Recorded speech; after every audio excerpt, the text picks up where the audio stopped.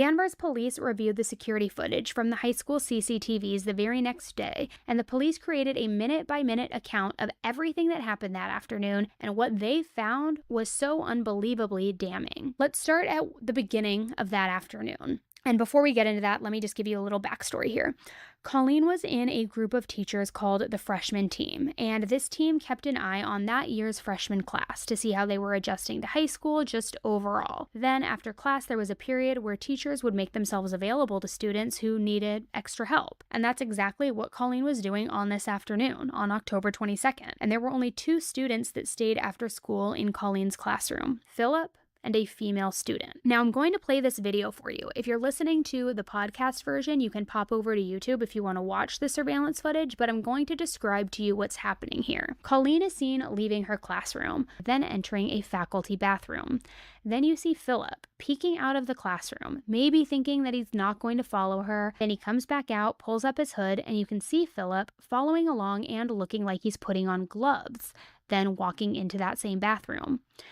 Philip was in the bathroom attacking Colleen for 11 minutes. Then you see a female student open up the bathroom door and quickly turn around. She opened the door and apparently just saw a naked butt and kind of got embarrassed that she walked in on somebody using the bathroom.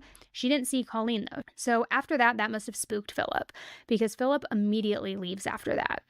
Then you can see Philip walking down the hallway holding something. He goes into the stairwell, still has his hood up, and he's now on the first floor. Here you can see his hand is completely red as he's walking through the hallway. Then the next time he's on surveillance, you can see Philip in the school parking lot. This is where it's believed he was crouching in the bushes and looking around to see if somebody was watching, as he starts to change his clothes. Philip is now in a white shirt. He passes a teacher and runs back up to the second floor, back to Colleen's classroom. Next, he grabs all of Colleen's belongings and his stuff and walks down the hall. Before he is seen walking down the stairs, he now has a red sweatshirt kind of laid over his head to conceal his identity. And the next time he comes back up the stairs, he is wearing a full black ski mask. And he puts on his red sweatshirt before he runs down the hallway.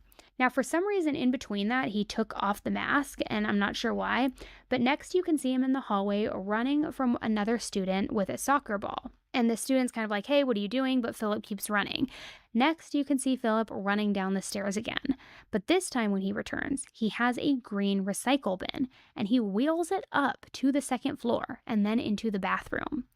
From there, he takes the red sweatshirt off, puts the mask back on, and wheels Colleen down the elevator and out of the building. Next, he is outside, wheeling the recycling bin toward the woods, kind of struggling with the weight of it because Colleen's inside.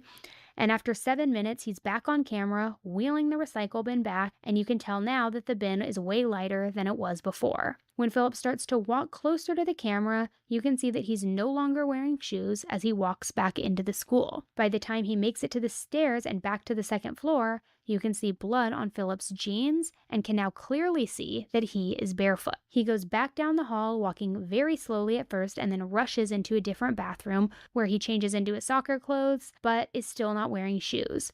Then he goes back to the bathroom where he attacked Colleen one more time before heading down the stairs and outside of the school like nothing ever happened.